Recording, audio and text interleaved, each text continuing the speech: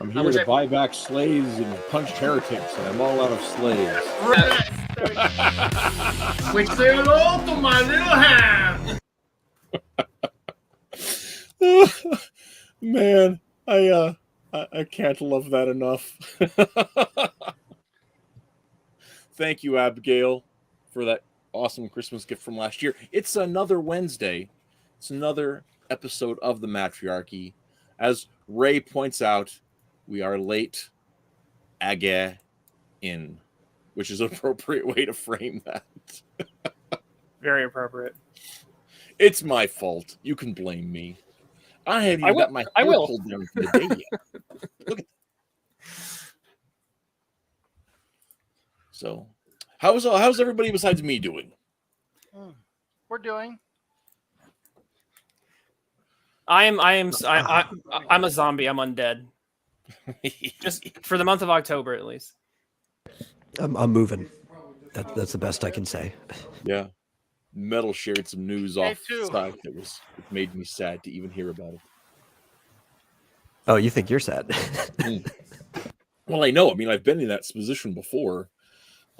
That's horrible. I had one time. It's fine. I go off on stories, but it's a bummer, and I feel your pain. Goodness sakes. So anyway, guys, today, then we had all kinds of plans. We were talking earlier in the month. We said, oh, we had this great idea. Let's do my favorite horror comic. I thought, okay, we can get everybody together. We can read a stack of comics like this. It'll be a perfect pick. Actually, there's a lab that I've got where I'm at, and they have a whole chunk of EC comics, and so I've just been taking some of my my office hours and just going and reading some of those. So I've been getting a nice dose of Tales from the Crypt, which surprisingly they hold up really, really well. Like I'm like, oh, this is gonna be cheesy 1950s. I read a couple of those issues, and holy crap! Like I walked away disturbed. So they're great. I love the EC comics, they hold up really well. Nick in the chat says, "Way to go with being a zombie." Brains. Sage says, "Sorry to hear about your failing health, Twitless, and your problems, Metal." So, the zombie health, I think, is what she means. Yeah. So, Abigail says, "It's not contagious." So, yeah, thankfully. As long as you don't bite us through. Right, yeah. As long as you get nowhere near with me and I'm hungry. Yeah. So, where is the Chocobo thing? Yeah. Kookaburra. It's in the Galmore jungle right now. Oh, okay. No. So luckily. Wait, has it actually made headway? No, there's the training for races. They got to train in a bunch of different environments. That's why they're going around the same place over and over again. Luckily, none of my sprites got lost. They were all on my main drive, so I can still do stuff like that. Yeah, that's awesome. I appreciate that, but it's still a bummer. And Jay Dollarsign says, "Twitless, what did you bring me?" Which I don't know what you could have brought in. Yeah. Commentary on today's comic, The Illuminator from Marvel Comics, which I bought when it was originally published off the newsstand at my Christian bookstore in 1995 or 4 or whenever it came out. I have a similar story about how I got exposed to Illuminator. Yeah, 93. So my story is has to do with my mother, and I very much loved X-Men, the '90s, series, the Batman the animated series. I loved X-Men. I loved Batman as a kid, and my parents had like an old collection of comics, and my mom got saved, and she was very strongly convicted to kind of put away, kind of like with Paul, to put away her old life and everything in it. And so that included all the old comics, and I was kind of, bummed out about that. And so Illuminator was offered as a potential kind of middle ground of, hey, your son kind of likes comics, and here's kind of a Christian comic. So that's kind of how I was introduced to it. Yeah. I saw this. I was just getting into comics, and I just was sitting there next to the sports magazines at the Christian bookstore. And I was like, I'll buy it. And it was it's a thick, chunky, prestige format heart with the cardstock cover. It was $5 in 1993. Ooh. Yeah. Did you even checked out the little price there on the back of it, right? And that was something. That was a lot of money. This was like 3 comics worth of material, but it was the fancy prestige format there. And yeah, I was into it. I actually even made a I couldn't find it. It's buried in the garage, but I made a custom Illuminator action figure. You need to dig that guy out. Meanwhile, we got some action in chat. Got Jay Dollenstein. Good to see you, buddy. No ESG today. We're going full Christian today. Fiona Wolf says he only lasted 3 issues. Dang it! Even based on the issue 1 cover, would have been right up my alley. Even though a majority of old Marvel didn't interest me. Abigail says, "Slam, would you bring me?" I got that reference. That's a Batwoman reference. That's hilarious. Neostar says, "Brilliant star that shines through the night," which of course would fit very well with Illuminator.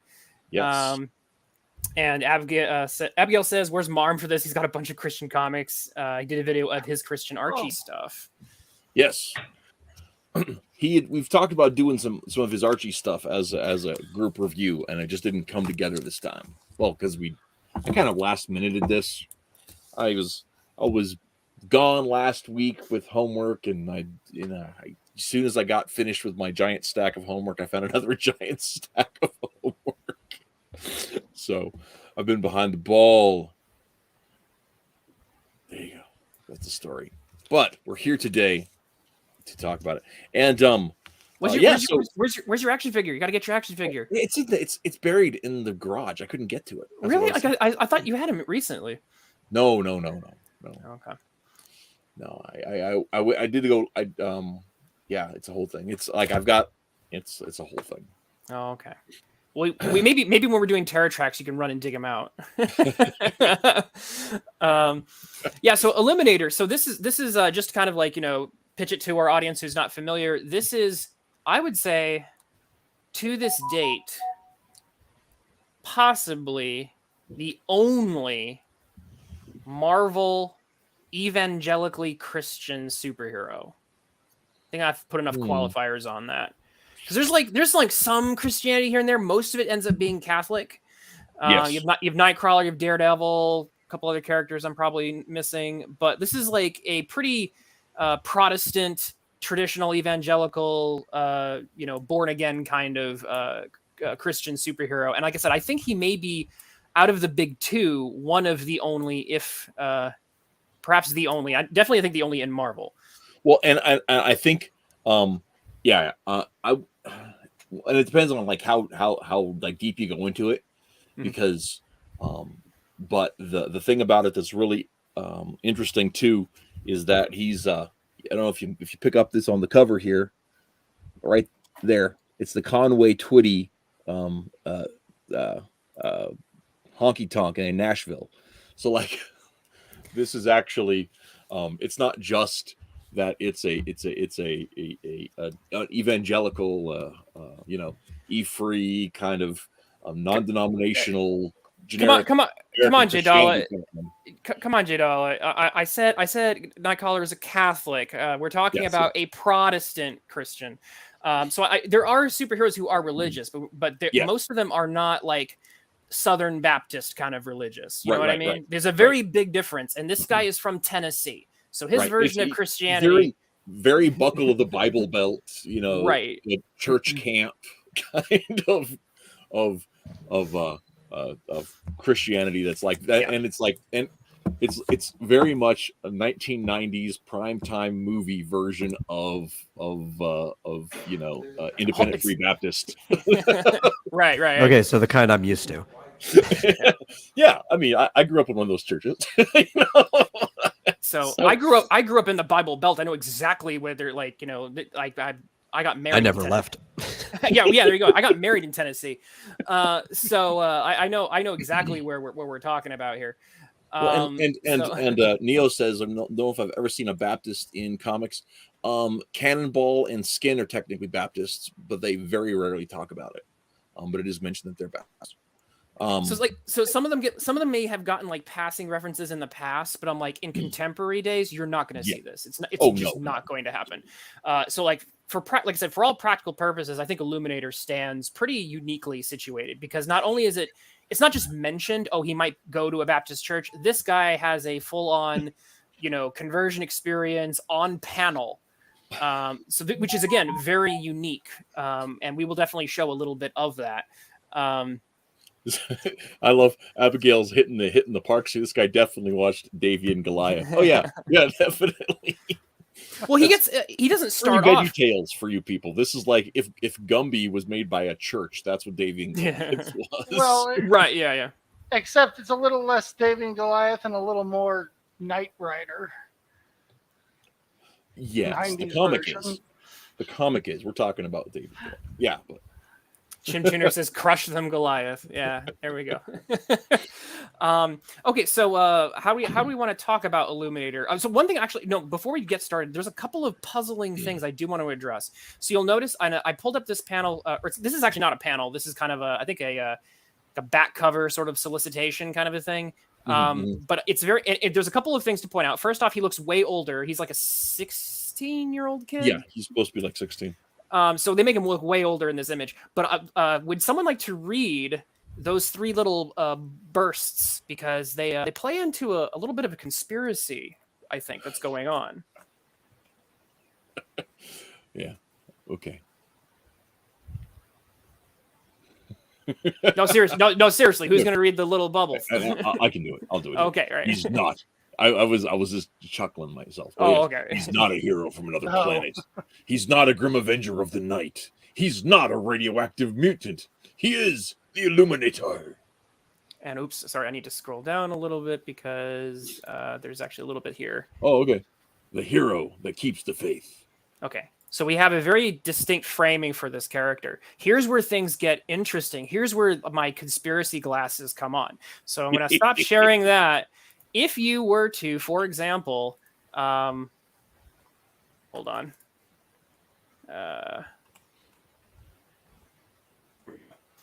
If you were, for example, to Google Illuminator and, go to everyone's favorite, website to kind of, look up random crap, which would be Wikipedia, you'll read this. Okay. So let me zoom in just a tad. So Cartoonicus, since you didn't do your homework, you want to read the very, very brief fictional character biography here?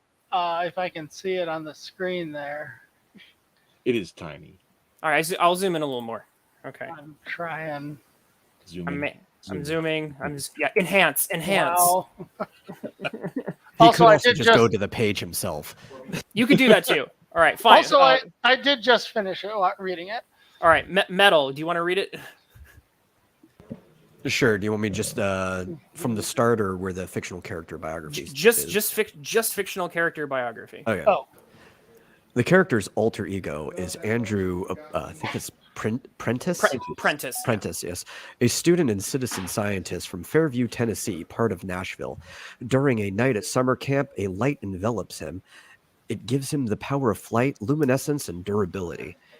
He initially assumes the powers must have been granted by extraterrestrials, but after returning home, he saves himself and his brother from a demonic-possessed man, and an elderly biker named Gus, who witnesses the ordeal, recognizes the powers as being divine in nature.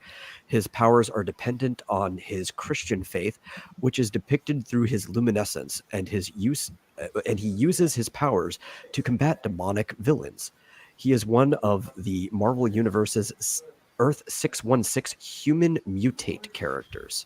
So that last sentence, did you catch the conspiracy? Everything's fine, and the first, everything up till that last sentence is a perfect kind of recap of the first issue of Illuminator.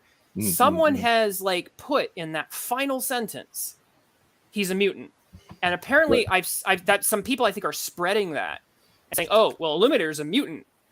Even though he's never been mentioned ever before or since, these three issues, somebody is trying to basically, and again, I just pulled up that image that said he is not Superman, character from another Earth. He is not a Dark Avenger. He is not a mutant. Literally, So it's not even just a debatable point. This is one of those points that comes with, yeah. Here's it on the actual book printed in 1993. This is the internet's not fooling you. This is what Marvel said. I feel like Marvel wants to make. Well, it did say mutate, nowadays. which Neostar asks, is a mutant or mutate, which they have been very sticklers about there being a difference between mutants and mutates in recent years.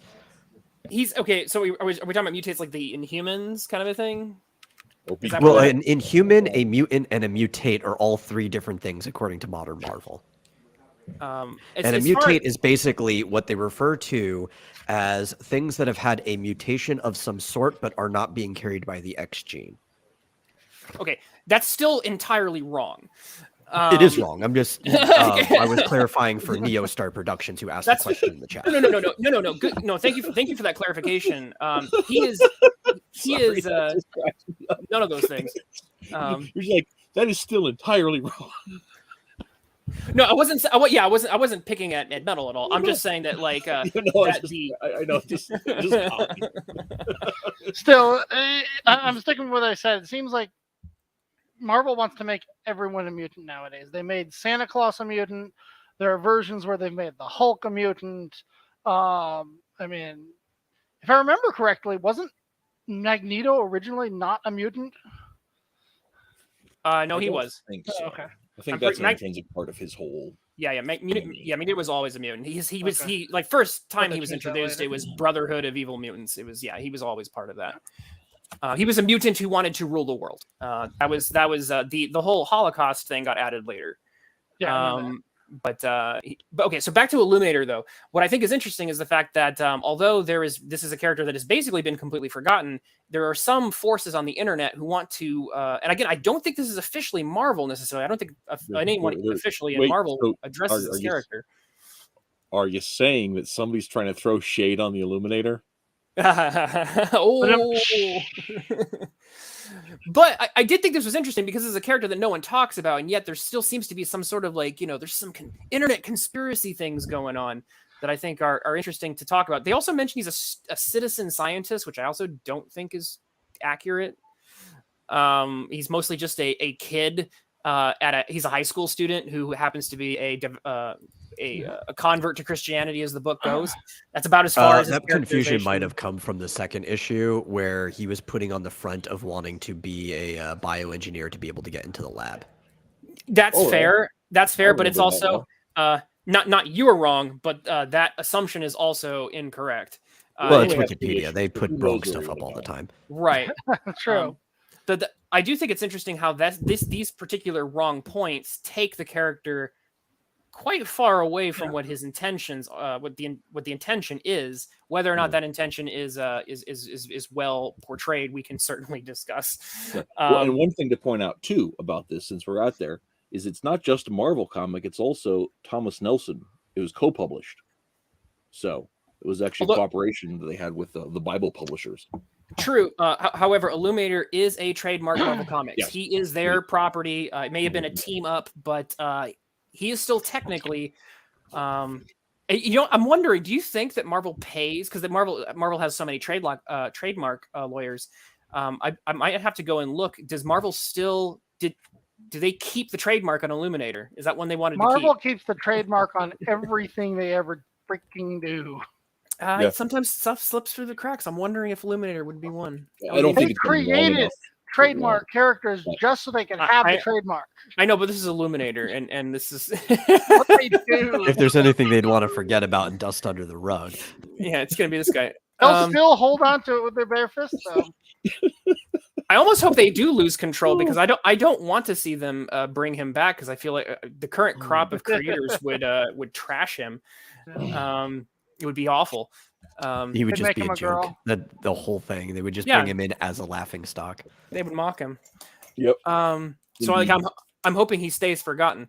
So do we want to talk a little bit about?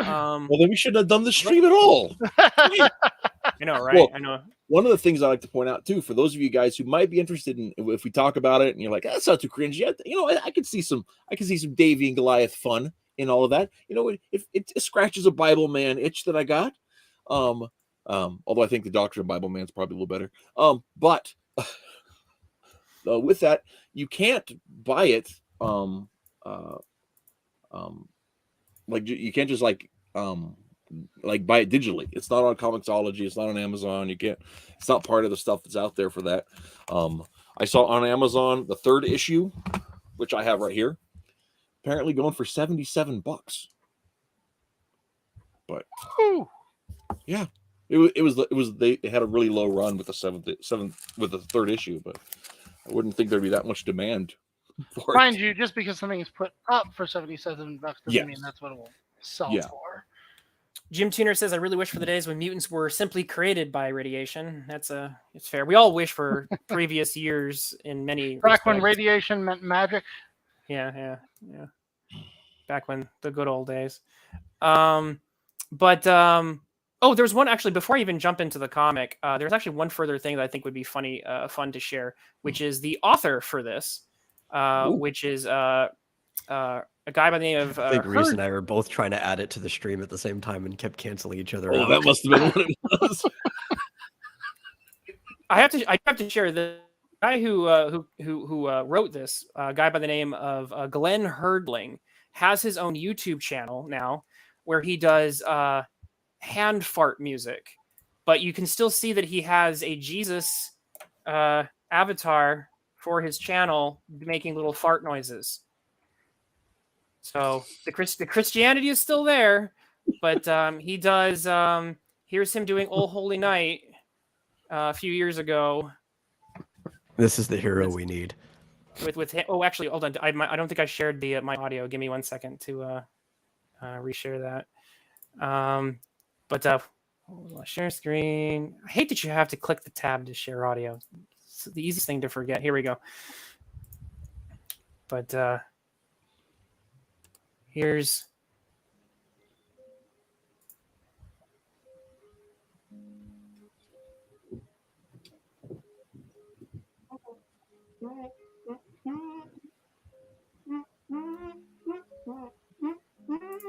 All right, can you hear that, or is my audio coming in too low?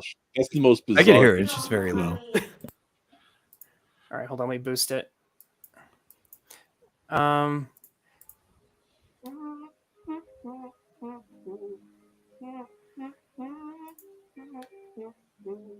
Anyway, so he's actually really talented with his hand fart noises. This is the writer for Illuminator, so I wanted to introduce you to him. Well, you wanted this to be a horror stream, and that's about as horrifying as it gets. Oh my gosh. I think that's it. I think the show's over, everybody. I'm just gonna take a walk around the block. Maybe I'll be back.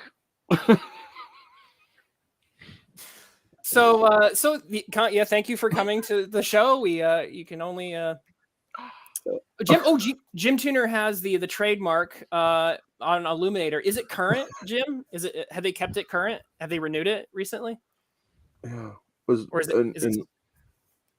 Trademark, I think it's I don't know. Because you have to renew those every so many years, or they elapse. If it's still active, I think that'd be hilarious. They probably just do a bulk renew. But okay, so that is the author. So I just wanted to show you a little bit of who was giving us the Illuminator. I think that it might explain a thing or two about the quality of what we got, in all honesty. But he actually, Herdling actually did quite a bit of writing. He wrote for Wizard. He wrote Avengers. He wrote Deadpool. He wrote he wrote a chunk of stuff at the time. Well, you know what I gotta say is I like all of his hand fart music better than all of Gene Khan's comic books. Sorry, that was a reference. Okay. Gene Khan. Did I say the name wrong? You might have. Who are we talking about? American-born Chinese. Oh, Yang. Sorry. Yang. Okay. Yeah, I was going with what you always say about. Yeah. Where I always throw shade at Gene Lewin Yang. Very different. I was like, I don't think I know a Gene Khan. Fiona Wolf says Comic Jerry Vine setup Conway. has him listed with a few series. Yeah, he did do some. He wasn't just a one hit wonder. But let's take a little bit look at maybe at the comic itself. Maybe we can poll the panel, see what people thought about Illuminator overall. I've got a screen share, or anyone else can pull up a screen share. Whoever wants to do that. I don't see it. Oh, because I didn't hit it. 1 second. Here we go. Here we are. All right. So this is Illuminator getting his abilities. This was actually where I actually had a problem with the book. I also just checked for you. Yes. Last filed November 3rd, 1992. But continuously renewed. Marvel Entertainment Group Inc. does have a trademark on Illuminator. So yeah, so an active one. Okay, all right. Which means Disney owns it. One day, all we need one mistake, one time where they misclick, and they'll forget, and this guy will lapse, and someone else will get him. It'll be fantastic. Because like I said, like apart from a couple of podcasts occasionally who look for an obscure character to talk about, no one talks about Illuminator. That's actually one thing that's very interesting about this book. It is a Marvel book in its production value. It is, and even how they do the sort of little like the paratextual elements, the sort of like, nods to previous issues that Stanley introduced that added an editorial voice to the books. Aside from that, this practically could have been a alternate universe book. There is no mention to anything in the Marvel universe, as far as I'm aware. Is there one? Okay. On this page right here with the dude in the Captain Marvel shirt, he says, they say we were talking about what they did over summer break. This guy says, my folks went down to Dallas. The place. Oh, that's right. Yeah, that's right. That's right. There is that one reference. And we went out to Wally World, where they have the biggest video arcade, which I think is also an X-Men reference. That's a good point. Yeah, that's funny. I actually just read some X Factor that referenced that as well. Okay, good point. So aside from that one minor reference to X-Men being in, what, that might be the reason why someone says he's a mutant, because there's like one reference to the X-Men in like 3 issues. Yeah, not because they just live in the same universe that the X-Men do. But well, that's another thing. With Marvel, everything ends up being crossed over with X-Men. As far as Metal, was there another reference in the 90s? To anything else in the Marvel universe, or was it just that one X-Men reference? Not that I noticed. Yeah, I don't think so. Because like I said, all I got to review was the first issue. So there might be like a background element, like in a background or something, like maybe a Captain America like shield like on someone's t-shirt or something, that type of thing. But aside from that, there's no crossovers between Marvel characters.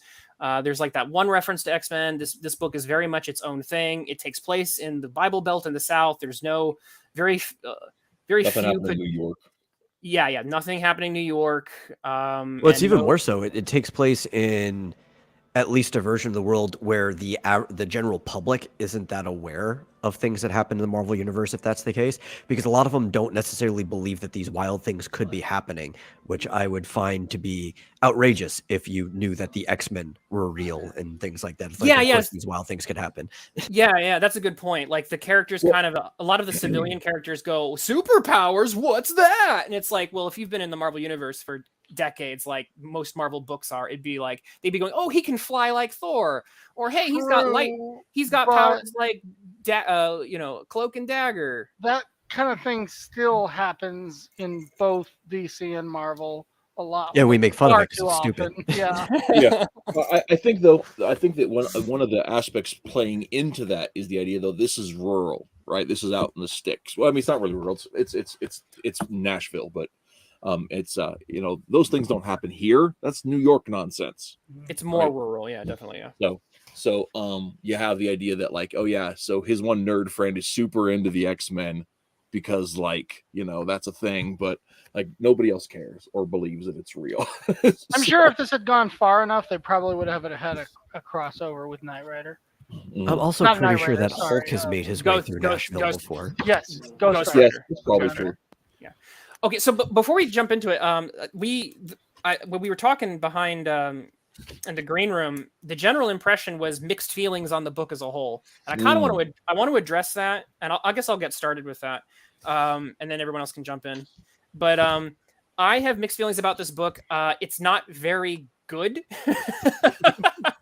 It's not a very good series, but I need to say something very important to contextualize and actually maybe defend the book a little, despite it not being very good. So that's, just on the table. The series is not that great, especially when you look back on it in a sort of with the benefit of hindsight. Not a great series. However, it's very important to point out that, and this is why it's another reason why it's important to point out that Illuminator is an evangelical character, because the Nelson, team up, I think is an important thing to focus in on, because for Bible believing Southern evangelical Christians, and that lumps a few denominations in there, but especially, like I said, of the Protestant veneer, you have to remember what it was like around the 90s. This was a time when a lot of Southern Baptists, for example, were boycotting Disney products. Now I know Marvel is a separate entity, but that's kind of like the cultural zeitgeist. It's a milieu right there. And there was, if you enjoyed superhero type fiction and your parents only let you go to the Christian bookstore to get entertainment, your options for speculative fiction were limited. So this was exactly me. I would go to the Christian bookstore and I would be attracted to, like I said, speculative fiction. And it's not that there were no options, but if you liked, if you liked horror and you were a Christian at this time, Frank Peretti and eventually Ted Dekker were your guy. And if you liked humor, McGee and Me, and eventually VeggieTales became your thing. And if you liked superheroes and you liked Marvel quality 90s image books, Illuminator was basically, I think, to my knowledge, the only thing that you got. Bible Man existed. There were a few things, but they weren't easy to come by. Like there was the Archangel series came out just shortly after this, in 97, I want to say. But I mean, like that was also like that was like small press published too. Well, that's what I'm saying. Like when you went to like the Christian book, your local Christian bookstore, like I did, Bible Man was around, but that was like a video series that was for a much younger crowd. So by the time I was looking at Bible Man, I thought it was way too corny, way too cheesy, not interested in it. And it was a video series, a live action video series. Which I probably should watch at some point. I'll probably enjoy it more. But in terms of like looking and seeing, because you have to remember this was the 90s. This is when the 90s and Image, and this is when that's Jim Lee, that whole style was getting, was in its heyday, right? And if you wanted that type of superhero entertainment, Illuminator was one of your only options. And so that's the sort of the amount of defense I'll give to Illuminator for the type of demographic that this, I think, was targeting. It was kind of one of the only gigs, if not the only gig, depending on maybe where you lived in town. And so like it was Illuminator or nothing in some cases for some people. So I think that actually speaks a little bit, maybe slightly gives a little bit of grace to Illuminator. So are you saying this is basically the product of Marvel pandering just as much back then as they do now? I probably they were very good at that. Abigail in the chat says I like Ted Dekker's books and VeggieTales. Jim Tuner says Texas Twister was last seen defending Crawford, Texas from Hydra during Marvel's Civil War. And Well Read says remember the 90s, yuck yuck. I mean, yeah, that's where we're at. Yeah, like I remember there was a couple of like other Christian comic books that had a slight speculative fiction bent, but the art was often either Jack Chick type, or it was like the art wasn't very good, right? So like I mean, and Jack Chick's like had regular sized comic books that were the Crusader series that weren't. They had their own ongoing stuff that he did back in the 70s, and those were being reprinted in the 80s, in the 90s. But once again, that wasn't something that was super accessible. Although his regular comic book art was like top notch. His tracked stuff was intentionally like kind of cartoony, but I've got a couple of issues of the Crusaders around somewhere. But there was a book at the time, and I don't remember who made it, and I'm gonna have it's completely. I'll have to see if I can try to remember it. But like I remember seeing some Christian sort of like superhero book. But the art was much more like indie level. So like I said, this art isn't perfect, but it's definitely like Marvel tier. So the fact that it's Marvel tier and it appeals to an evangelical audience with a character who's able to have like I said, a full conversion experience, that is saying something, and it is worthy, I think, of noting. But as a whole, the book's not great. That's those are some of the mixed feelings I've got. Who wants to pile on next? So aside from me having to rush through this entire thing in about 10 minutes. Thank you, Tyler. Taylor, I appreciate it. I'm still going to say it's a bit hard to read, as is any of these kind of late 80s, early 90s comics where kind of, I think, pre Rob Liefeld, with this kind of drawing style, it just, for some reason, it all becomes one and then nothing. And it just becomes extremely irritating to try to look at and figure out what's going on. It's like the visual definition of bland. I don't know how else to put it but that. So that always makes it hard to read a comic when I can't, really get into the artwork. So between that and me, having to skim through this thing very quickly, I am only getting, very vague ideas as to what's going on here. Yeah. I think one thing that it hit me about it was like, I'm reading through it here, and I realized that there are a lot of like fill-ins. Like, how one of the things about comics is your brain fills in the details really well between panel to panel, right? That whole closure thing. My 15-year-old brain did that a lot better than my 44-year-old brain. I kept reading the book and I'm like, I remember something happening in the middle here. Oh, interesting. Yeah. It's because it's not in the page, but like, I what has to happen. And I read comics nonstop and nothing but comics when I was 15. So I had really, really well flexed comic reader muscles. And now I think about pacing and I think about all the mechanics of it. And so I'm like, this should have an extra page in here. So Chad is jumping in, listing a whole bunch of very important to note Christian comics, which is awesome. Again, I think what makes Illuminator a really notable thing to talk about is the fact that he was a superhero in the vein of Marvel. And even Jack Chick at his best was not appealing to me when I was a kid in terms of the superhero Marvel style. Well, yeah, it definitely. I mean, like the Chick's ability as draftsman skills, were never translated into action comics. Yeah. So this is as like, Marvel as you get.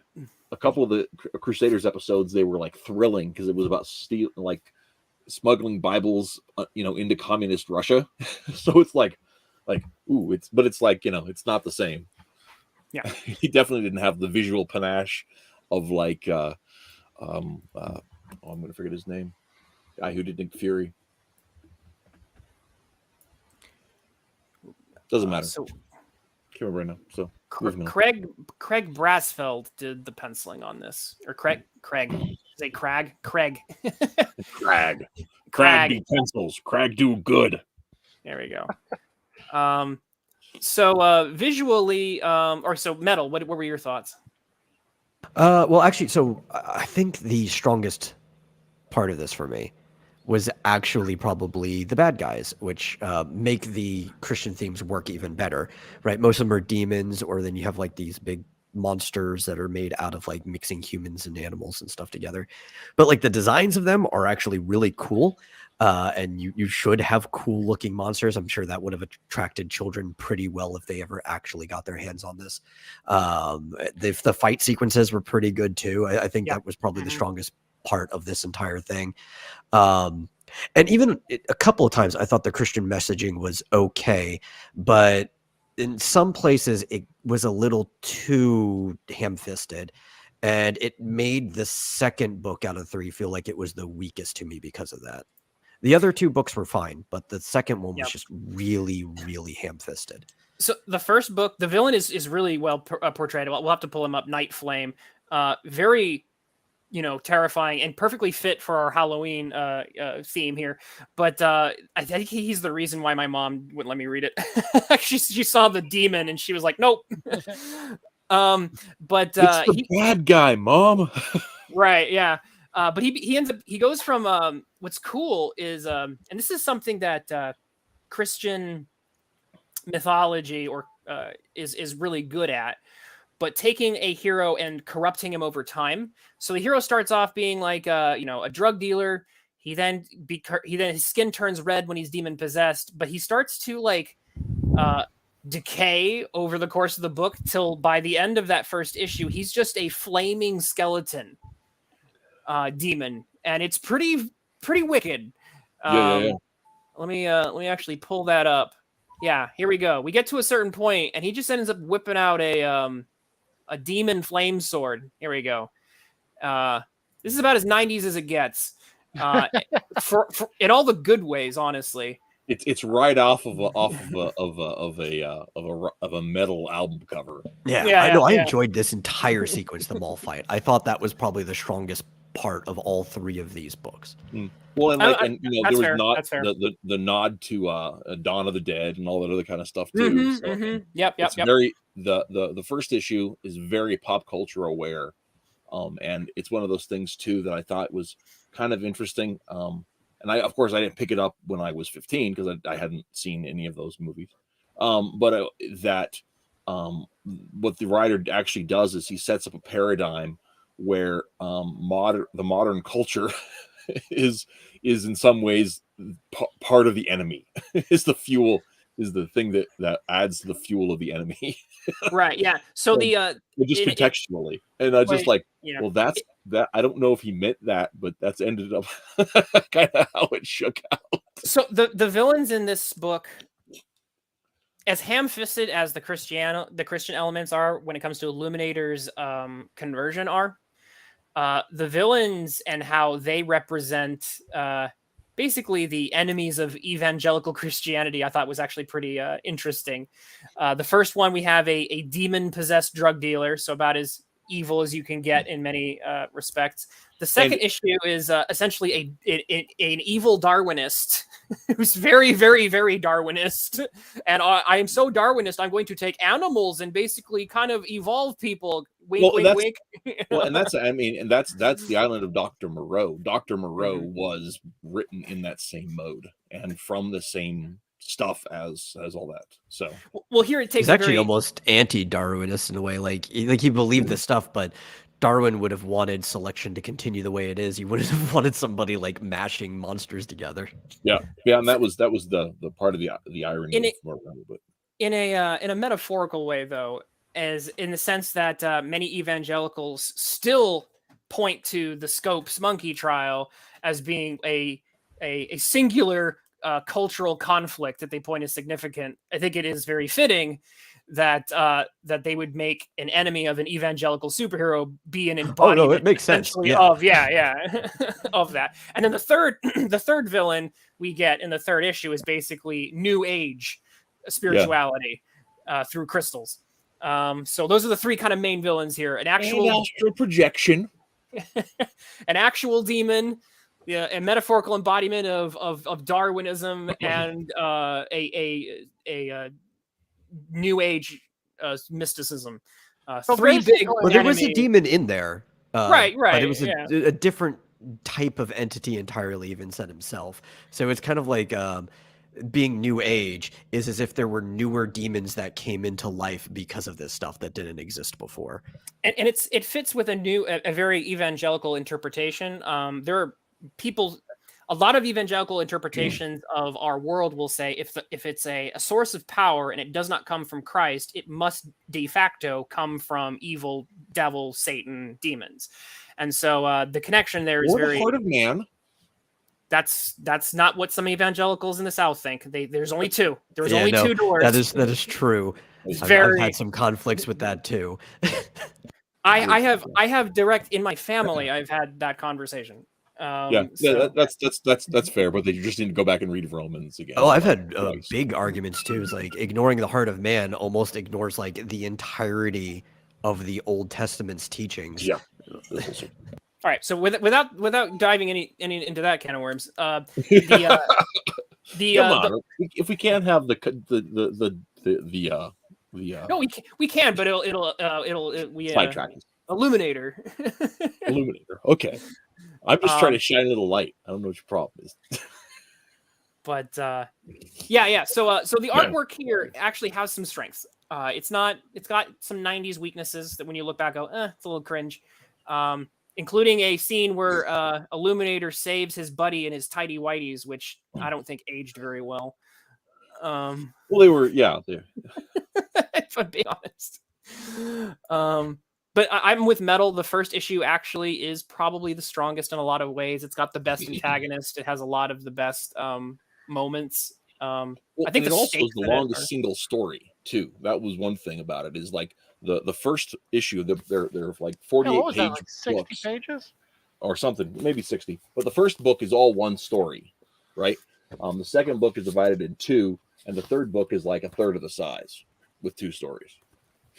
Well, I think they still treat the first book as if it's two stories. It's just the theme of it is that they're back to back, so they work as one story. But you could still split it into the actual origin and then the first fight. It's that hour-long movie pilot. Yeah. So I'll jump in and say that where the book falls apart for me from a Christian standpoint, I have two problems. One of them is more personal. The other one is just a consistency issue. So I'll mention the consistency issue first. The issue I kind of have here is that he gets his, what I would say, essentially Christian superpowers before he becomes a Christian, and I have a problem with that.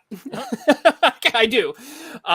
It kind of breaks the whole idea of him getting his powers from Christ if he got them before he was converted to Christ. I'm sorry, I have a problem with that. I totally get it.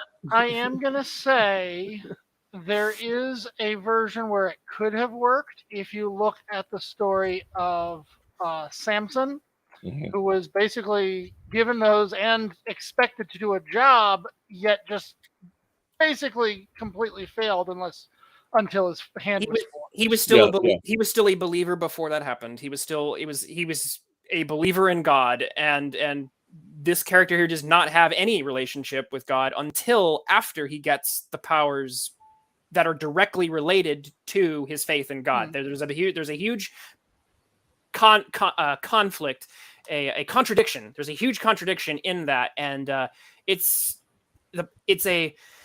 the problem is that they're doing in a Marvel way. They're doing a very typical character gets superheroes, get superpowers, and then on that arc it works fine. The problem is that arc, the arc of getting superpowers, does not necessarily match the arc of conversion, and those two things are at counter purposes with each other until the second issue, and that is, like I said, that is a continuity problem that I have a problem reconciling.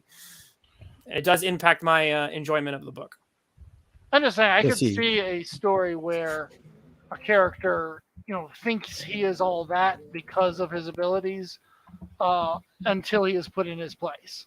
That's fine, but that's not how he get. That's not, his powers are specifically. Go ahead, Metal. I got it. So his powers actually aren't from God, right? And we would have found this out maybe at like issue 6 or whatever, but it just never happened. And they were extraterrestrial. They were just working better because of his faith. And it was kind of like this kind of red herring the whole time, but it was still his faith that ended up solving all the problems. So it wouldn't have mattered whether he had his powers. Okay. I have to interrupt you because that's what they're. Don't give them ideas. That's what they're gonna do. What actually, they're gonna do if they bring him back. I think I have a different take on all of this, right? So, like C.S. Lewis had all of the knowledge before his conversion and after his conversion, right? It didn't. His belief in Christianity as a myth that explains how the world works didn't change before his conversion and after his conversion. His belief in the reality of the myth is what changed. So the fact that he has this divine boon is not necessarily tied to his belief, although his ability to use it is tied to an understanding of its purpose. It's Talos. I don't buy it. No. Okay. You don't have to. I appreciate it. I appreciate that. No, but I don't buy it. And in terms of how this is being marketed to evangelicals and how his power comes from an evangelical faith in God, that you only get that relationship and spiritual power. Like even when we go down to like the only example in scripture that I can think of where that's even close to this is the sons of Sceva. Where the power of Paul's faith was so strong that non-believers were able to essentially pick up a handkerchief from him and still conduct a small miracle with it, not because they had any faith, but because Paul's faith was so very strong that I guess the echo of it was still happening. You either get your power from Christ if it's a power like that type of power, right? Or it's coming from somewhere else. And so in this story, they're tapping into that. And like I said, it's not working. No, I definitely think that the idea that that's some of the intention of the writers, but at the same time, like this is not necessarily a spiritual power kind of a thing.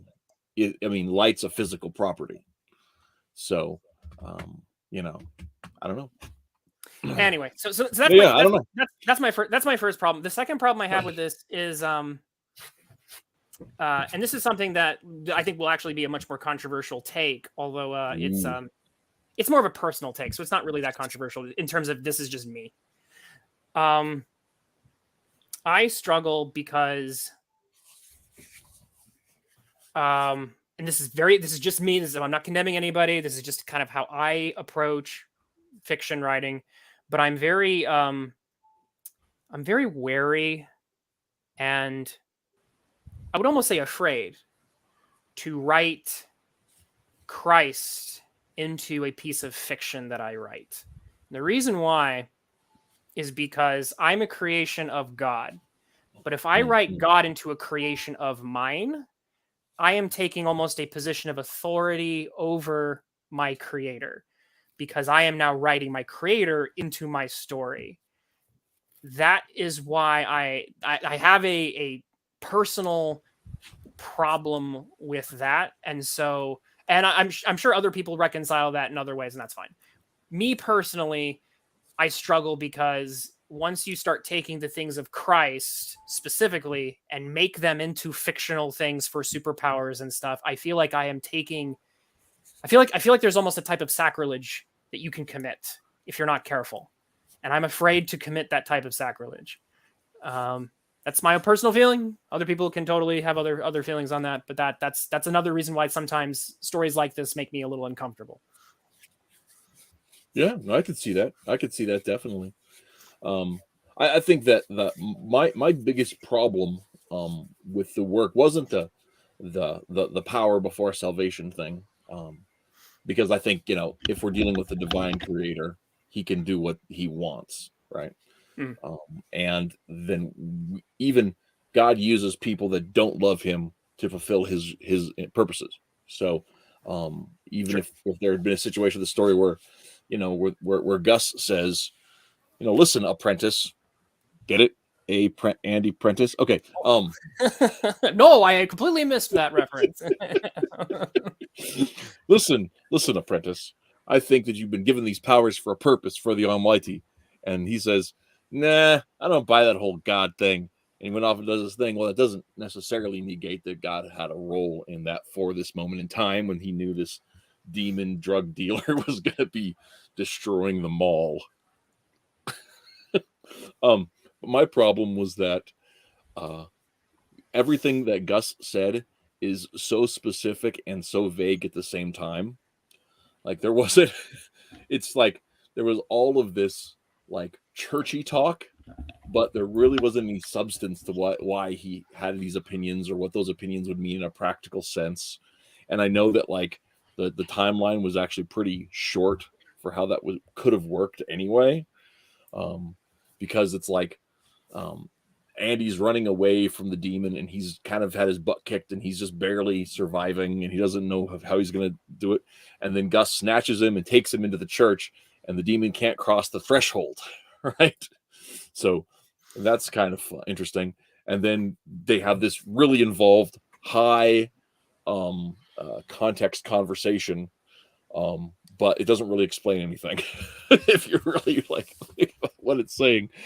And it was sort of like it was too much and too little of all of that, and not stuff that I picked up. That was definitely not something I picked up when I was 15. But here I was just like, So chat's been a lot less. Chat's been jumping in there. I pulled the page so we can take a look at it. But chat's saying some things like they're acknowledging the conundrum we've been talking about. Best way to use Christianity is through allegory, like Moby Dick does. And when I write stuff like that, I always pray before doing so. You know what? That's a more prayer in life is before we make big decisions is always a good thing. I think we got an illuminated pickle. I'll just take a look at it here. Okay. But the most based pickle of all existence.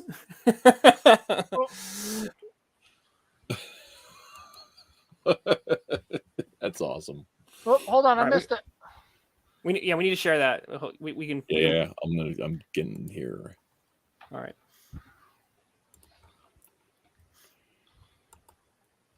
Abigail says white pilled pickle.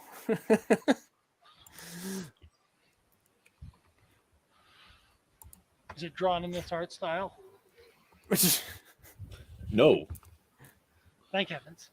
This too shall pass. I'm not too sure. Perfect crossover.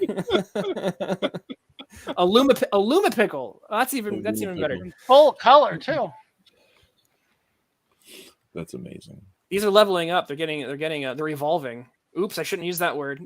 They are growing spiritually. Change over time. All right, so if you want to pull up that page again, we can take a look at the that particular page with Gus as he kind of jumps into a 1, 2, 3, go. Here's the entire like Christian message, sort of. God, that was a wordy page. And it's happening while this demon monster is like burning the cops alive right outside the church. Yeah, exactly. Yeah. So while the action scene is happening, we had to have a pause, but not really pause. All right, so I guess I have to do it. All right, who's gonna play Andy? I didn't know we were doing Comics Creators Club. Well, okay. All right, Taylor. Taylor, do you want to do it or? Taylor's being Andy. All right. I caught some of the action. That's what I call a clean getaway, kid. Jesus is watching out for you.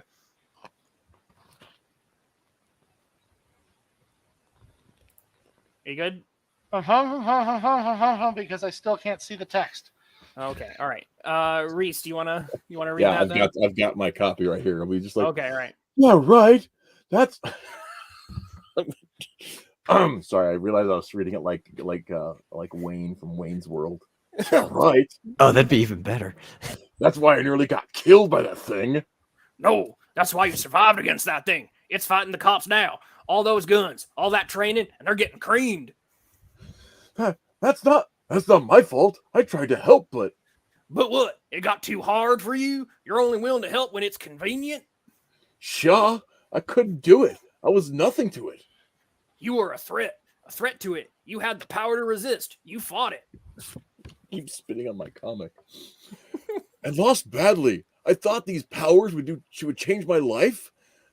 I thought that I could do anything. Sure, somehow I'm stronger than I was, and I can fly and make this weird light, but he's even bigger and better, and I'm still just a loser. Then why were you fighting it?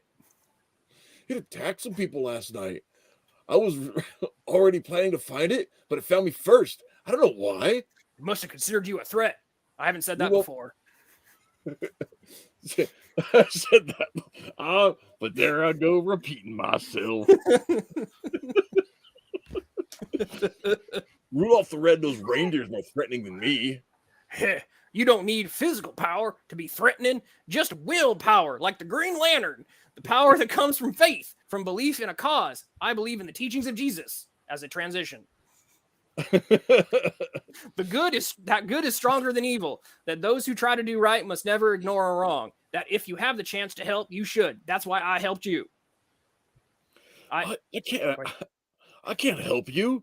I didn't ask for these powers, for this chance. It's not fun. It stinks. You think I asked for this? Motorcycle accident. My faith was sorely tested for months afterward. Biking was my life. I'm sorry. So was I. But Christ overcame the pain and bitterness, and I struggled to continue to be a good person despite my curse. Now, what about you? One page of, and that is kind of almost Bendis level dialogue. Someone was mentioning that in chat. Yeah. Yeah, I didn't even think the dialogue was that bad, but man, it's painful to see it all on one page like that.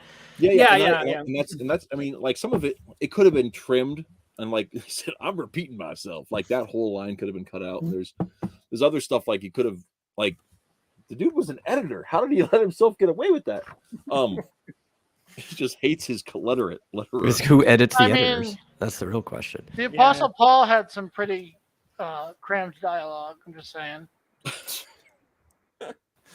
No, he didn't write in dialogue at all. No, it was all monologue. It was like letters to people and stuff. Yeah.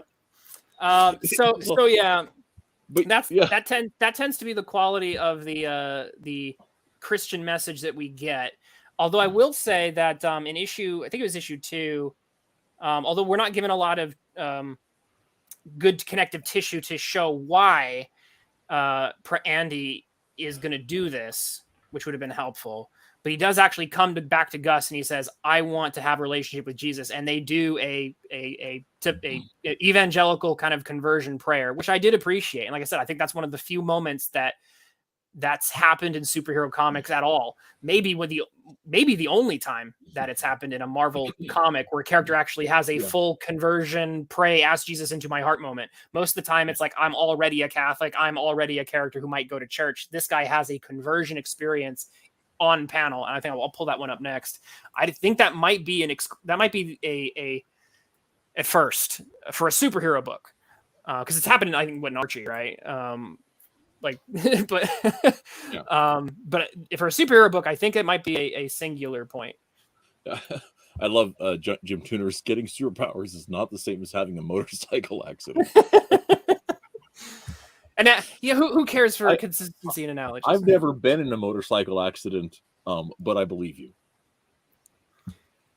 Or gotten superpowers. Man, what am I doing? You haven't? No. What am What's I wrong doing? with you? The show's over, guys. Whoops. He needs to rethink his life. It's the second time tonight. I gotta take a walk. Hello, Sam. Thanks for joining us. Hey, Sam. Okay, so here's the sequence, and I'm not going to read it because I don't want to give disrespect to a genuine conversion experience. But I will say, take a look at that 3-panel sequence, especially panel 2.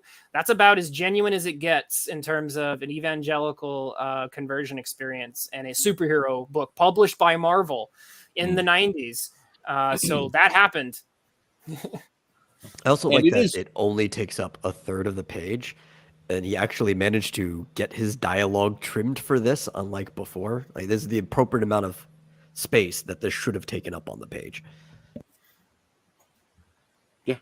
Yeah. Well, I said it's that other page is something else. But yeah. But so they can take a lot of things away from us, but they can't take away this sequence. So Marvel published that. Tom DeFalco, editor-in-chief, by the way. I'm wondering if he was... Yeah, it was Tom DeFalco, editor-in-chief. Yep. So I'm wondering if he's... sometimes you wonder if a particular person working in comics is either secretly a believer or maybe comes from a family of believers. But I'm pretty sure Tom DeFalco would have been the one who said yay or nay on this. And he's the one who said yay on this. So I'm wondering Now, about Tom. Can someone tell me, did they, on a page 111 and 112 here, did they have or bring in a fortune teller? yes. But that was that's part of the story that leads into the third book. Or it's during the third book, but there's that one of the girls, the girl that has the party in the first issue, Tracy, she's like really jacked up at the end of the issue because she was possessed and mind controlled by the demon lord drug dealer guy. And so in the second issue, she's trying to figure out like what's going on, and obviously there's more to the world than I realized, and so she goes looking for various spiritists to try to figure out what's wrong with her. Which she should have just gone to church.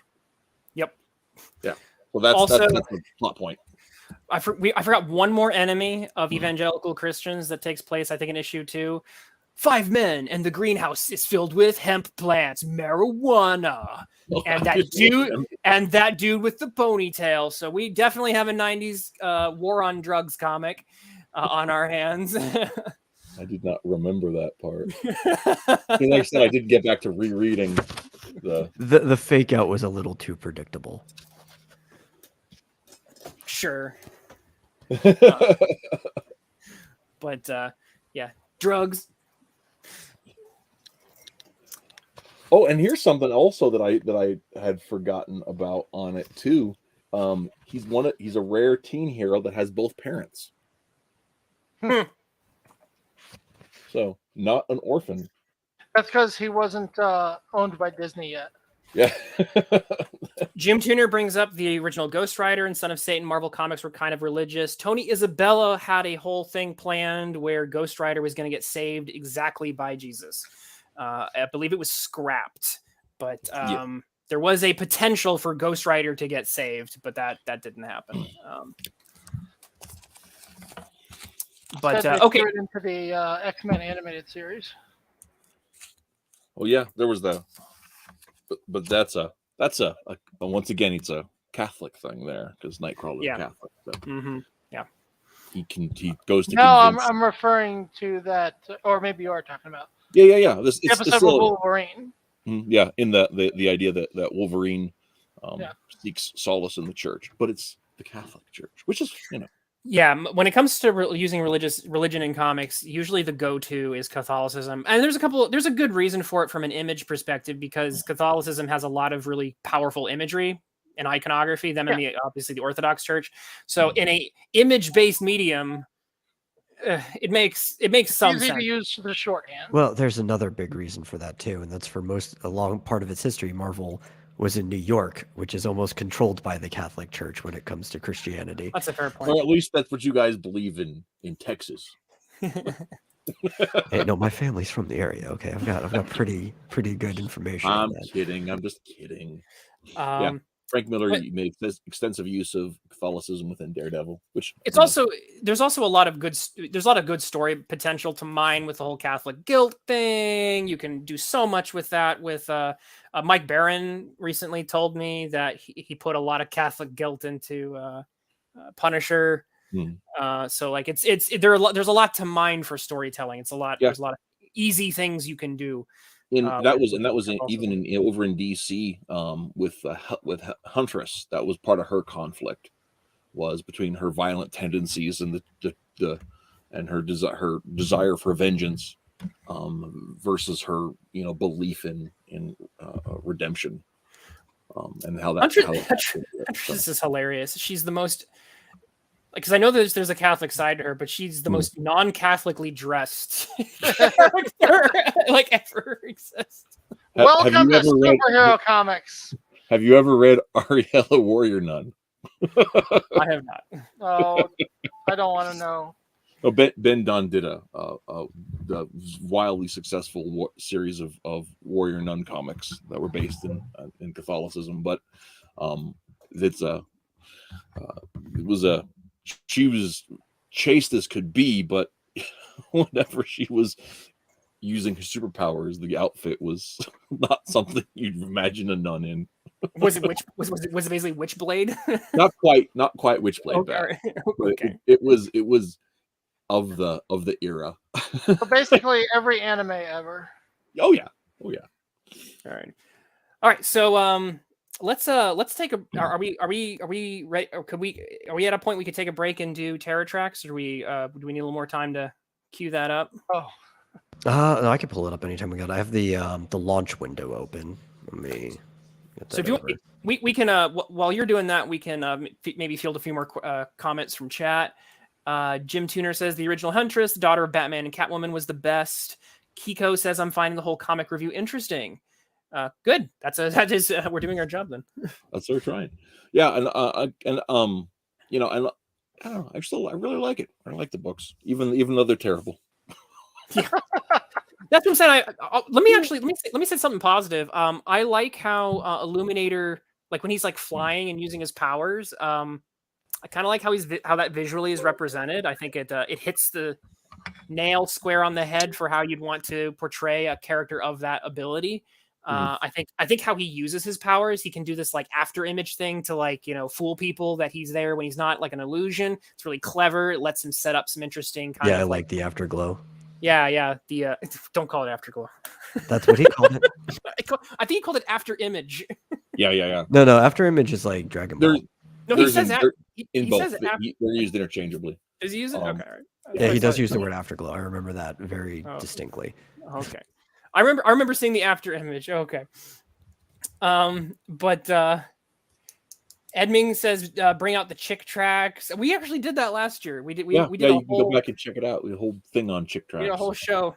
It was I think in fact, I think I my copy of the Crusaders 1 I pulled out at that point for it. I still want to ask. There's a guy. I think it's David Daniels, who was the guy who does chick stuff now. I want to ask him at some point if Jack read EC Comics, because now that I'm reading more EC Comics, the similarities between Jack Chick Tracks and EC Comics, it's too close to be like a coincidence. Just how the structure of them are set up, how the characters act, how they speak, the sort of moral tale that kind of informs both. It's kind of funny, but a lot of EC Comics kind of follow a sort of morality play format.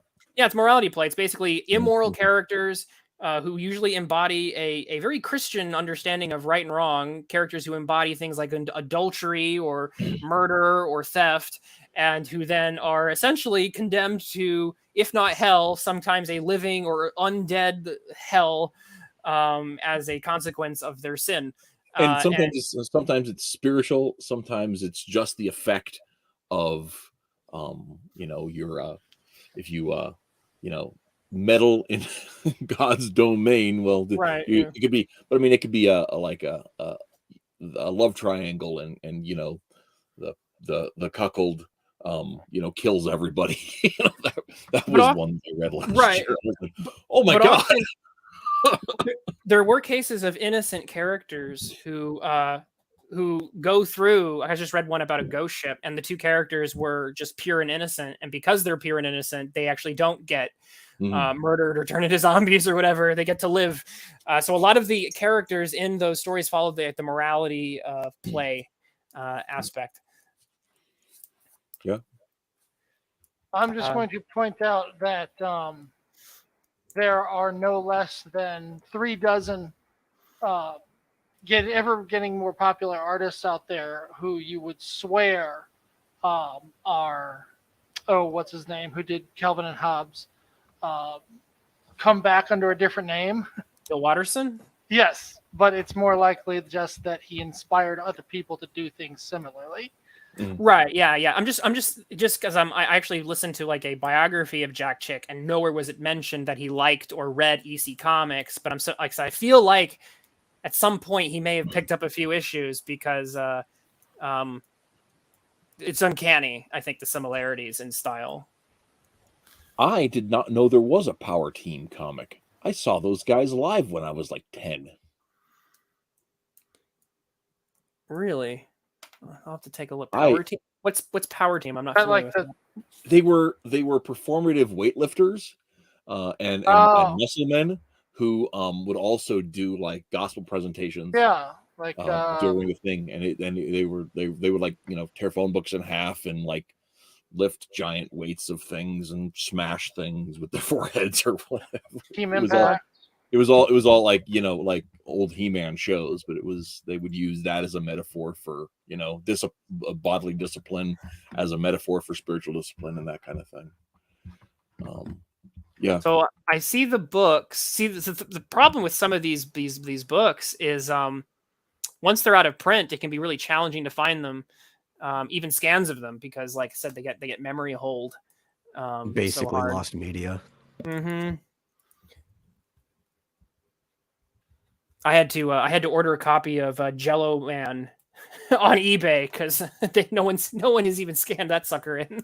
Okay, so then you have to scan all the pages in so then that we can cover Jello Man. I did. I have them. Nice. I have them. I did. Are we gonna do a Jello Man night? I mean, I don't know if there's enough to do a Jello Man. We could do a segment. I don't know if there's enough to do a whole night on Jello Man. We could do my favorite food comic. Even better, my favorite PSA / advertisement comic. Oh, corporate advertising comics. There's a lot of really good ones out there. Yeah, that sounds fun. Good in a bad way, but I've been doing quite a bit of work with those. So like I've got the Hostess ads covered, the Snickers ad covered, the Pfizer and Somos vaccine PSA comics. We got to do this. But okay, well, before we get into that, we've got, again, a special treat segment for you guys. Chat has been helping us get through Terror Tracks, Track of the Vampire.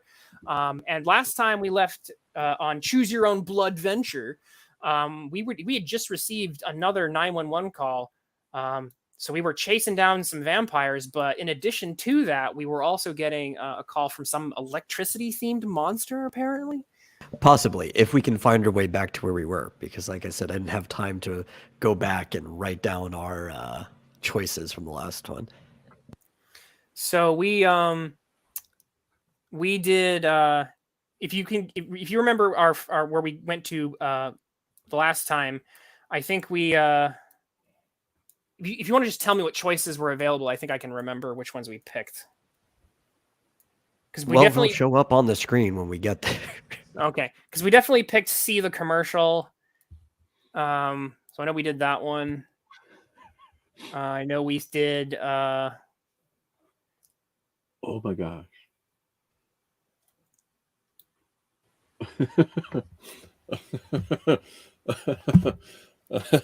Sorry.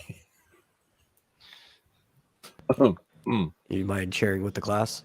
Yeah, let me share here quick, because this is insane, and I'm totally distracting everybody, and I'm sort of sorry about that. Hilariously so, though. Yeah.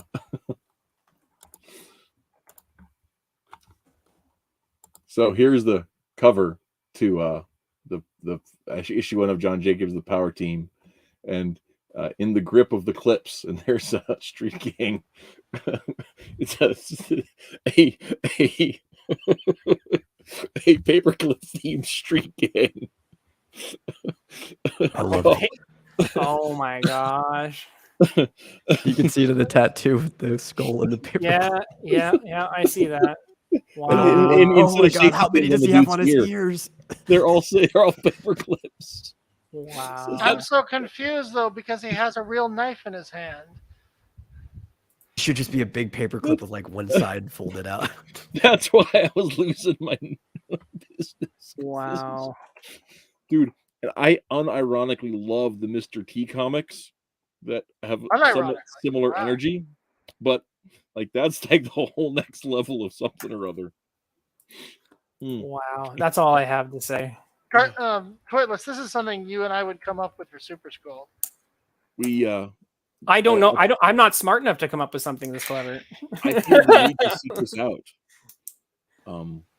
Wait, is there a pun I'm not getting? Because no, I would not have called it clever. Okay, no. Okay, no, it is. Okay, so like there's a gang called the Crips. No, I don't. Yeah. Yeah, the Bloods and the Crips. Yeah, it's the Bloods and the Crips. So it's in the grip of the it's the Clips. Okay, so there is a pun. Yeah.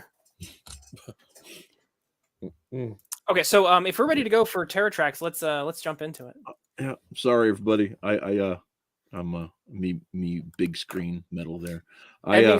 Edmund says Super School is funny. Thank you. It is. At least one person thinks so. I can attest. I've read 7 pages. I do plan on catching up at some point in time. Oh, thanks. Tales from the Clip.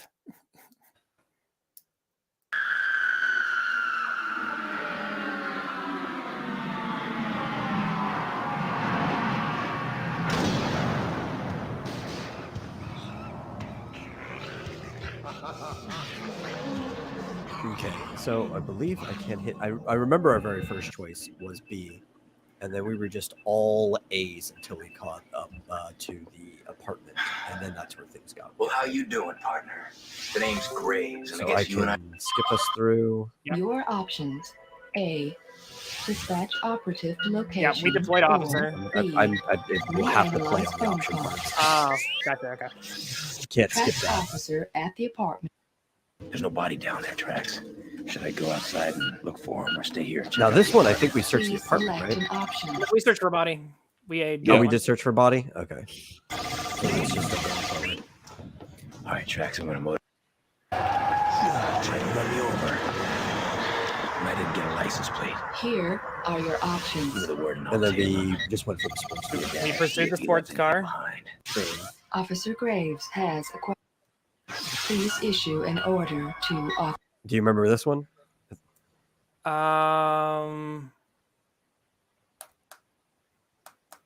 think we tracked Hemos.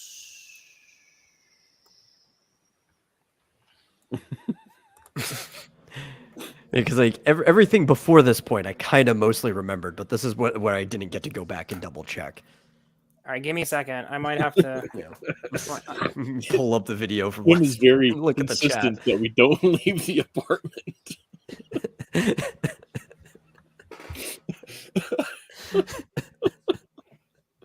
All right, hold on.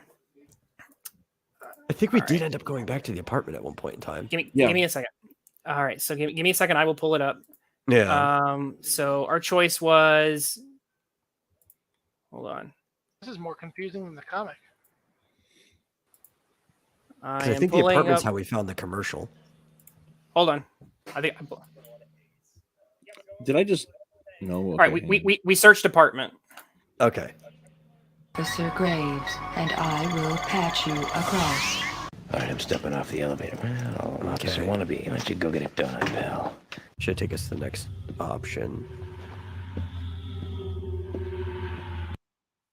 Select option. Now, which one Hold did on. we do here? Did we did we continue to search the apartment? Everybody really liked searching the apartment. I believe that you guys investigated the hospital last week. It's just like bashing the B button over and over again. Well, actually, for the first one, we hit the B button once, and then we were just like hitting A over and over. We searched the apartment, so we did B. That's what I thought. Everybody really liked the apartment.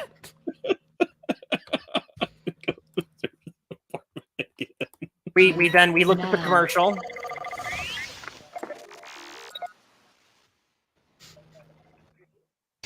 She was scamming losers who like can't get the real commercial. dates. Work the swing shift. We do not have to watch again. Oh, I remember this. Yeah. The following emergency call was forwarded to us Here we are. from Here we are. 911. Okay, yeah. Please analyze and deploy a second tracks officer. I think we actually I will deployed the monitor officer. Officer Graves and I know we break in were when actually at the choice. appropriate. Okay. Yeah, 911, what's your emergency? You have to come quickly and save me. I can't speak any louder or you'll hear me. There's a monster in my house. That's okay, ma'am. I can hear you just fine. He is not human. He looks like he's made of electricity, and he just woke me and pulled my eyes out of my head. I can only hear him. I cannot see him. Ma'am, listen, help is on the way. Please keep talking. Please come as quick as you can. He's going to kill us. Okay, ma'am. Tracks, I'm referring this call to you. We accept All right. case. I'm also Accept. dispatching paramedics and police. Our officer will vacate. Okay, chat. So remember that people's lives are in your hands, including a second tracks officer. So what do? Do we A, deploy officer, or B, do we reanalyze the call? Or C, call the Eliminator. Yeah, okay. Taylor with always with the option C. All right. So, There is no C.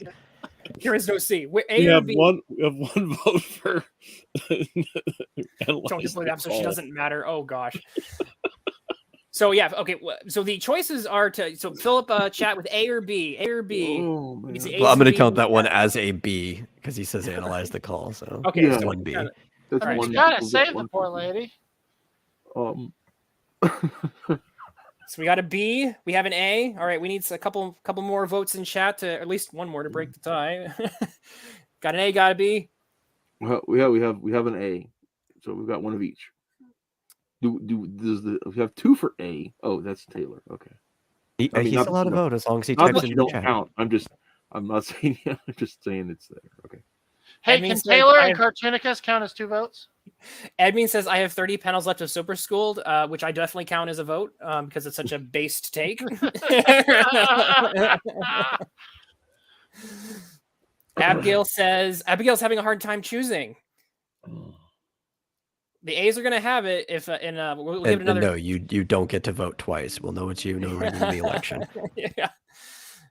All right, so A's have it unless somebody can bring it to a tie. Abigail says A. Okay, we're going to go with A, deploy officer. Okay, let's go. Hope we know what you're doing, chat. Seen before they arrive. Hi, my name is Allison Walken, and I'll be your guide for this Oh, evening of Batgirl. death and destruction. I understand that you're our new tracks commander. Well, we go through tracks commanders like whales go through plankton.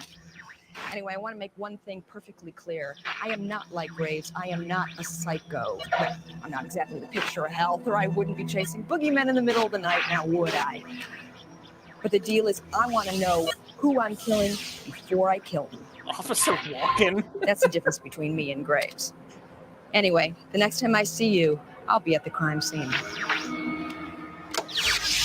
All right. Patching in Officer Graves. Any relation to We Christopher? will return to Officer Walken when she arrives at the home of Which he Nicole walks Novak. into the apartment.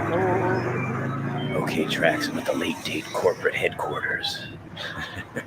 What an ashtray. Businesses crawl off and die in places like this. All right, you want me to check it out, or you want me to? What an ashtray. Graves has the best way of speaking ever. His lines are like all gold. So next Um, week. So that next Oh, time no, I talk, No, we're going now. Is that just like that's it? I'm the new Graves. Yeah.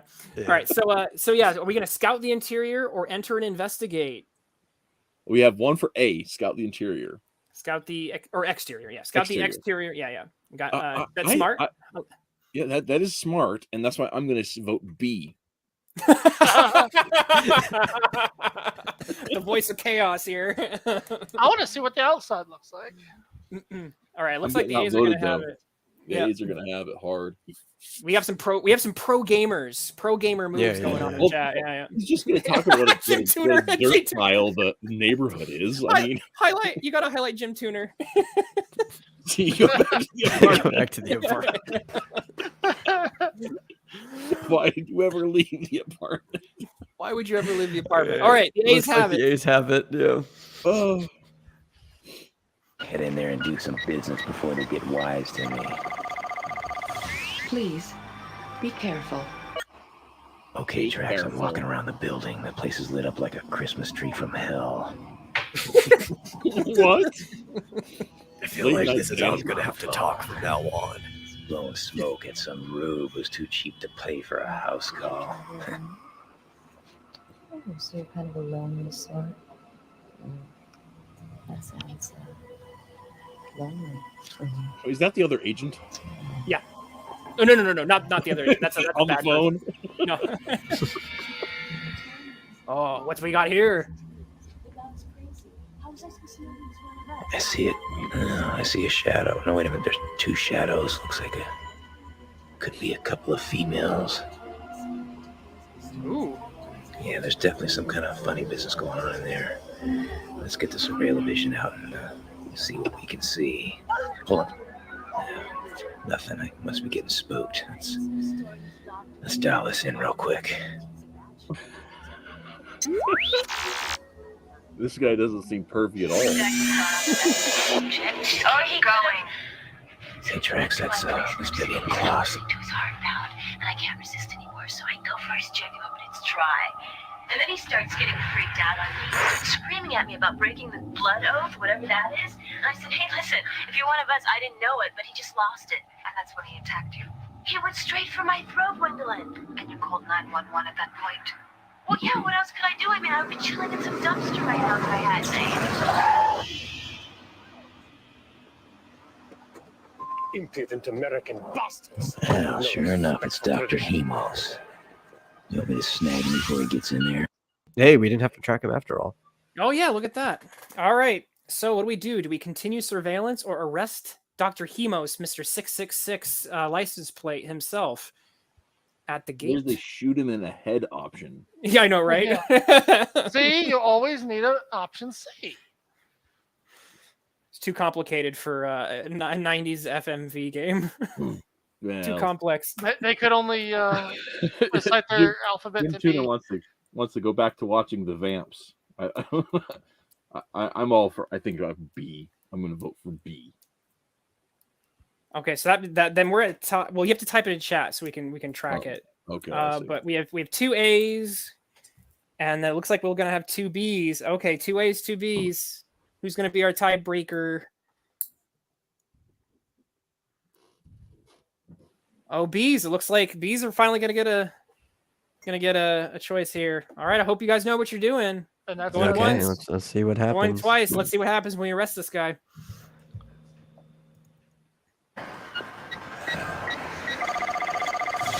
You're under arrest. What is the meaning of this? I have done nothing. Turn around and put your hands on the fence. Down, sir. I have done nothing.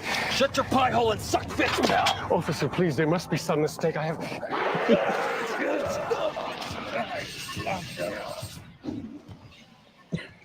Vital signs terminated.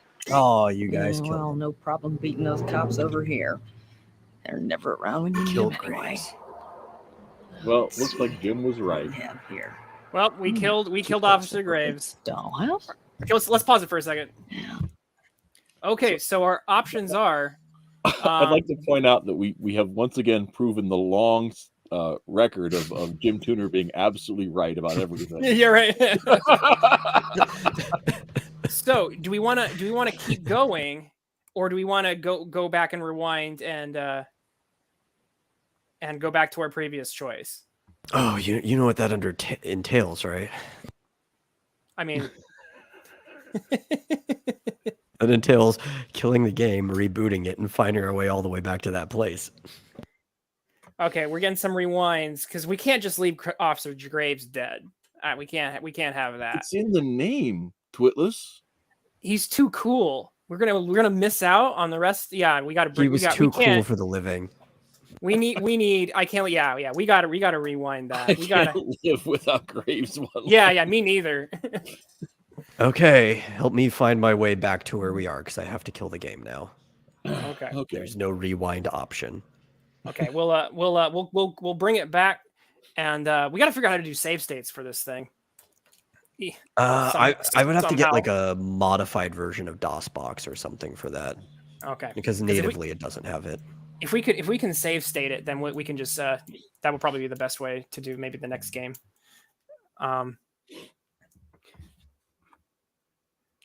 Already miss Graves. So apparently, not arresting the dude is the correct call. But I do appreciate the gumption of our cast. Never should have left the apartment. Never should have left the apartment. Never should have.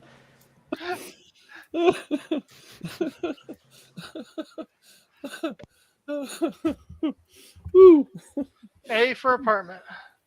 A for apartment. We definitely pursue sports car. Yeah.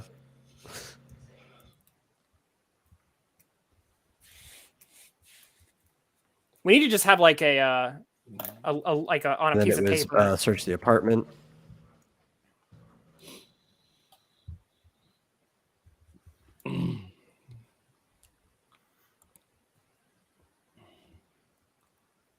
This was also search the apartment, right? More searching apartments.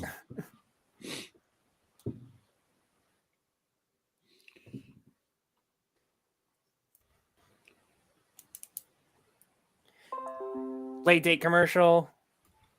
Edming says this game is nearly as cool as the Tex Murphy games. So, for the record, on the side note there, the John Jacobs and the Power Team comic was published by their company. It was independently published, and it ran for 5 issues. It's 2 more than the Illuminator. All right, so we deployed officer here, and definitely deployed officer, and then we surveilled the building, and then after that we're gonna keep surveilling. We're not gonna arrest Hemos because he's gonna apparently kill our butt. Yeah, scout exterior. And there is no sound, which is fine actually, but just wanted to. I'll get the sound back as soon as we get to where we were. That makes perfect sense. Late date.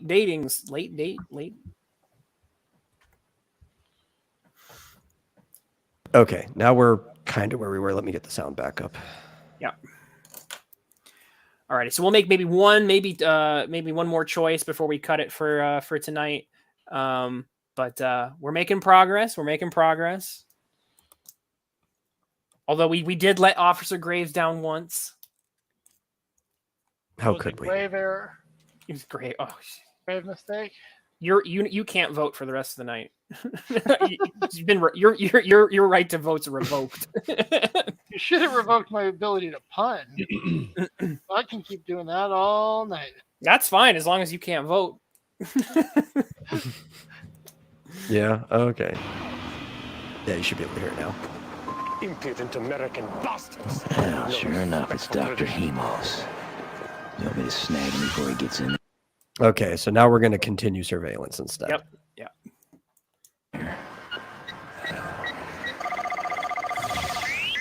Track's last chance. I didn't hit anything. That was fast. I wasn't expecting it to go that fast. Whoops. Yeah, I think he's just going to do it anyway. Hey, Jerkweed, up against the wall, you're under arrest. What's the problem, officer? We might have just lost him again. I did not expect that. There must be someone mistaken. I haven't done anything. I have no criminal record. Please. What'd you say for somebody who cares? Hey. What's going on out here? Hey, that's the guy I tried to chop. Oh, well, we won't miss him this time.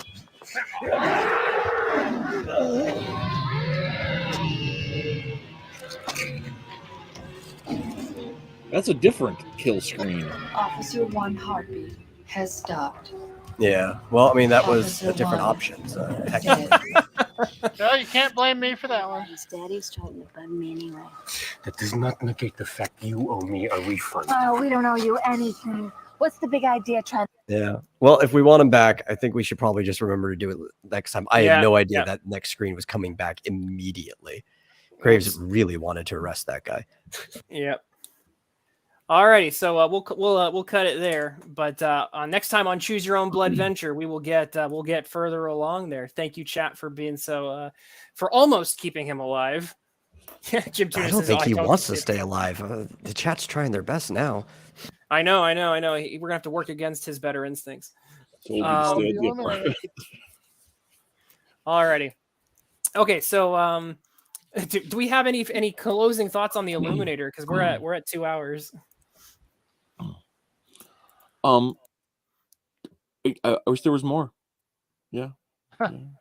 I simultaneously wish and don't wish there's more because you know what Marvel will do to because them. I'm so entirely afraid of what Marvel would do with this character, and I believe it's what Metal said. They would basically bring him in to humiliate him, make him look like a complete corny joke that they can just smack around and look stupid. And I would rather him stay. Yeah, one of the interesting things about the Illuminators too that I have always noticed was that this came out in like '93, and I think it was '94 that DC relaunched the Ray comic, where he had a very similar outfit. They had gone from the Golden Age Ray with the Quality Comics, very generic superhero costume looking thing, to the biker jacket with the finned helmet that they had in the '90s series, and of course his light-based powers with the motorcycle like kind of look to it, and I always thought that was funny.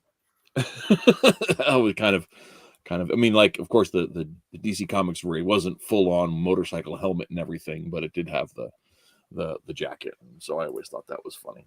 These two to me when I was young. Interesting. So, yeah. Emming says some things are better unrebooted. That is correct. Any other closing thoughts on Illuminator?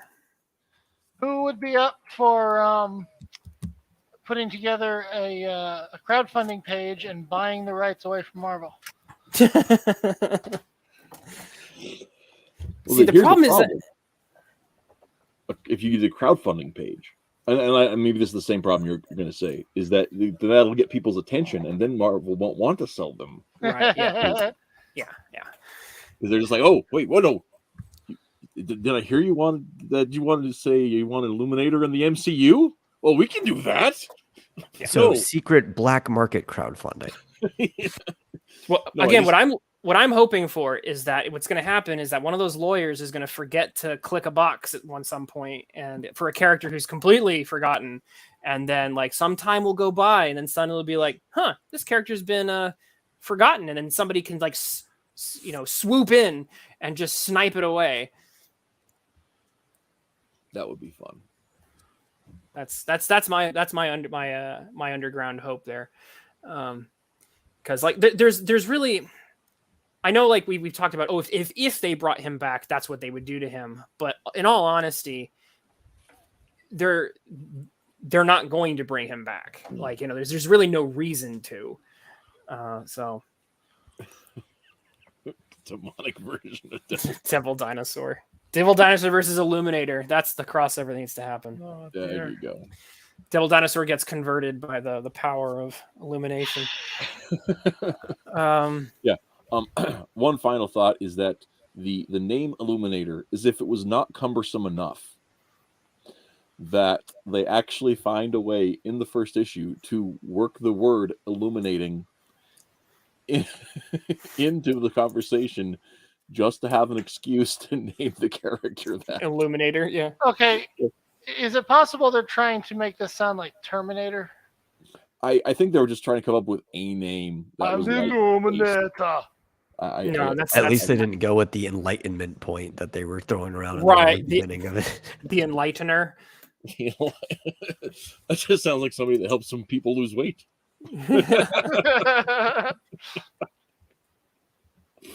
You've been enlightened. Wow. Well, that's all I've got. So yeah. So well, next week is of course Halloween, so make sure you nail your. Speaking of Protestants, make sure you're nailing your 95 Theses onto a local Catholic church door, and call and have a good And carve a week. turnip. What? And carve a turnip. There you go, and then you have the everything covered. So, I have no idea what we're doing next week, except we'll probably make some bad choices in a video game. I'm guessing that might happen. Yeah, we'll definitely do that. And I don't know other than that. We should go trick or treating by going around to other YouTubers' channels and breaking in on them. Well, it'll be at that point it'll be November. It'll be the second at our next show, so that'll just be really. I mean, they'll be really surprised. Your neighbors is polite on the 31st, and every time after that, it's a bit presumptuous. Yeah, I got the talking to last year, I guess. You can't just come here and ask for candy. I know you have leftovers. There's not that many kids in the neighborhood. Everybody overbuys. Half off market value. I got it. Well, definitely check out everybody's comics that we've got. Super School, Forces of Good and Evil, X Dynamis Chaos, Adventures of Omega Girl got new stuff. Forces of Good and Evil, new stuff coming out soon from pretty much every Friday. We've got new Forces pages coming out every Friday, so very exciting stuff there. So, and if you've noticed earlier, Mrs. H was in the chat and she's reminding me that I have script that I owe her. So there you go. Yeah. So that's the show. Thanks for tuning in. We'll catch you guys all next time around, and until then, keep reading comics. So, bye.